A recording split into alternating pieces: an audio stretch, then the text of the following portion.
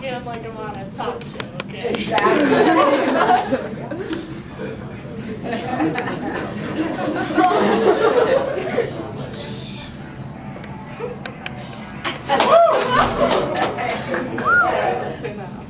Okay, for those of you who don't recognize me, my name is Bill Gates. Now a few words may come to mind when you hear my name.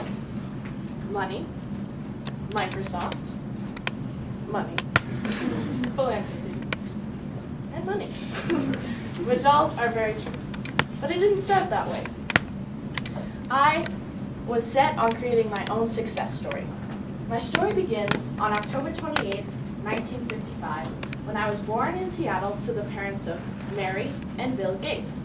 I was named after my father, Bill Gates III, and got the childhood nickname of Trey.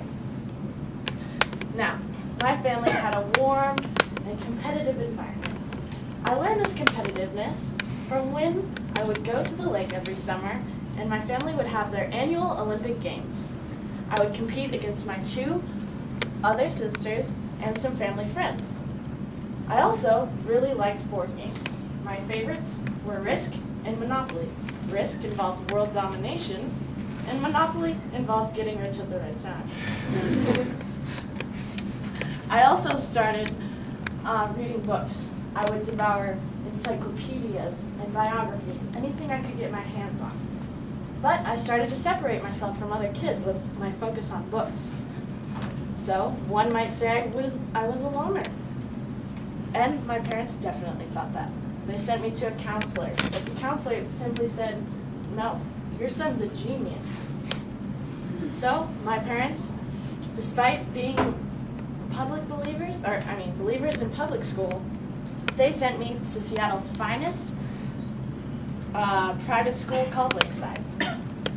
Now, computers were not, they were just starting. Only big corporations like NASA had computers. But Lakeside, they were an exception. They had made a deal with a local computer company in Seattle, and so they had their own computer. When I got to Lakeside and discovered this computer, I spent every minute of my time on that computer, all the free time, every second. I was fascinated. I loved computers. And there are a few other guys too. So we started our own computer club. This is where I met the co-founder of Microsoft, and his name was Paul Allen. Now, let me tell you a little bit about Paul.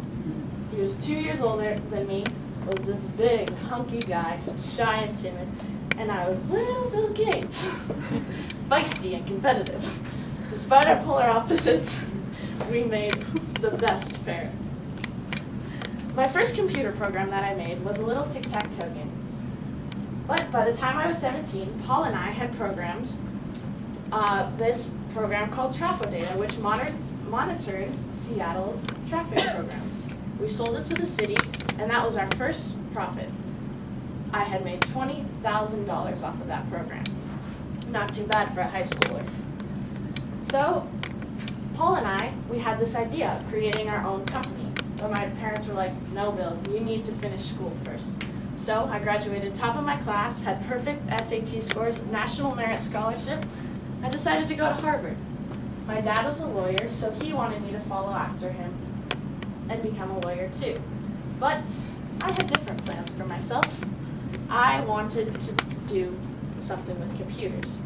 I went to my computer class, my science class, my math class, and kind of ignored the other classes, studying away in the Harvard computer lab. Now at this time, Paul, he had dropped out of University of Washington and was working somewhere in Boston. My sophomore summer, I was with him, and we had discovered an ad for the Altair 8800 in the Popular Electronics magazine. Now, this was just a mini computer kit with some little toggles and LED lights, but we wanted to make a personal computer. So I call up the president of the company, MITS. His name was Ed Roberts, and I promised him a program within 2 months. So I spent 2 months programming away, okay? Day and night, Paul and I. And that summer, Paul, he flies down to Albuquerque and presents the program. Now, while he presents it, that was also our first test try. We did not have an Altair, but it worked flawlessly. So this was basically the start of Microsoft. So I didn't want to spend any more time at Harvard. I couldn't. We had just programmed this. And despite my parents and against their will, I dropped out of Harvard. Do not do this today, kids. Not a good choice. But, okay, so Microsoft didn't get off to that good of a start because MITS had allowed the basic program to get out to computer hobbyists who were stealing it illegally. So after a long battle in the courtroom and suing MITS with help from my father, we won the case. And I hightailed it out of Albuquerque as fast as I could. I was done with them. And I got arrested for 3 speeding tickets on the way up. So we relocate the company headquarters to Washington. And Paul and I, we were working on Microsoft. A few years later, I decided to take the company public. And this is where I become the youngest billionaire ever. Okay? So, I would tell you a little bit more about Microsoft, but there's simply not enough time.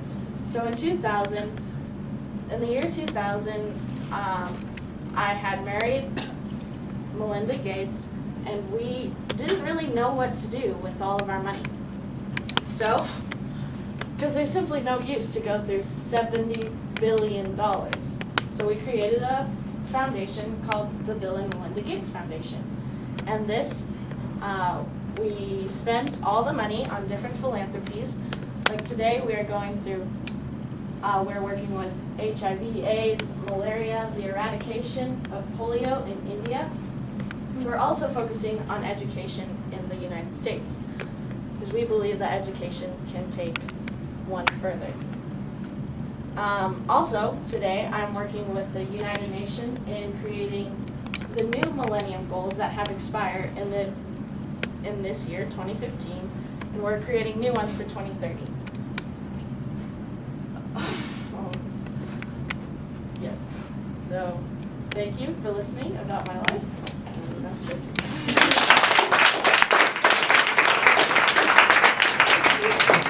Okay, is it true that you stole the idea of the mouse from Steve Jobs? Um,